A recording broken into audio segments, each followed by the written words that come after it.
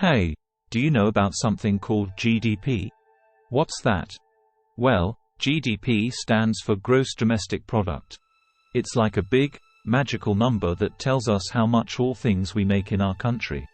Imagine it like a giant puzzle of everything we produce and use. Like counting all the puzzle pieces. And you know, a smart person named Simon Kuznets came up with this idea long ago. He wanted to put all the pieces of the United States economy puzzle together to understand how well the country was doing. Why do we need to know that? Good question. Imagine you're building a tower with blocks and you want to know if the tower is getting taller or smaller, right?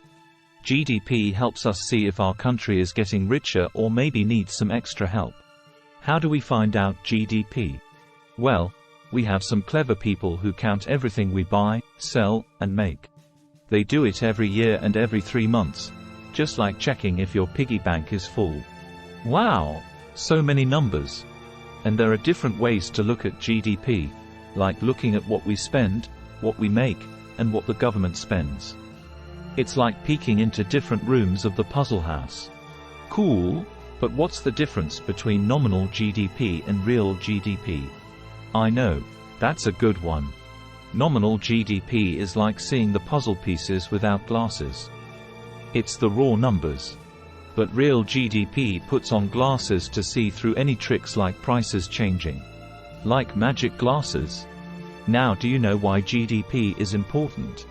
It helps us see if we're doing well as a country, if people have jobs, and if we're making progress. But remember, GDP isn't the whole story. What does that mean?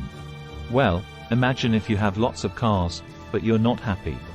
GDP doesn't count happiness. Or how clean our air is. Or if everyone has a fair chance to play. Oh, it's like knowing if we're winning the game. But not if we're having fun. Now, let me tell you something wise said by a man named Robert Kennedy in 1968. He said, "Even if we act to erase material poverty, there is another greater task. It is to confront the poverty of satisfaction, purpose and dignity that afflicts us all. Too much and for too long, we seem to have surrendered personal excellence and community values in the mere accumulation of material things. Our gross national product, now, is over $800 billion a year. But that gross national product, if we judge the United States of America by that gross national product counts air pollution and cigarette advertising, and ambulances to clear our highways of carnage. It counts special locks for our doors. And the jails for the people who break them. It counts the destruction of the redwood.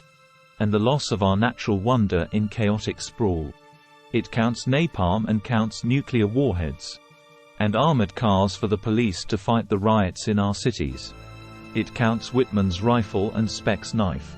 And the television programs which glorify violence in order to sell toys to our children. Yet the gross national product does not allow for the health of our children. The quality of their education or the joy of their play.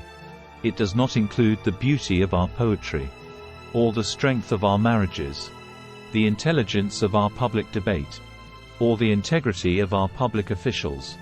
It measures neither our wit nor our courage, neither our wisdom nor our learning, neither our compassion nor our devotion to our country. It measures everything, in short, except that which makes life worthwhile. And it can tell us everything about America except why we are proud that we are Americans. If this is true here at home, so it is true elsewhere in the world.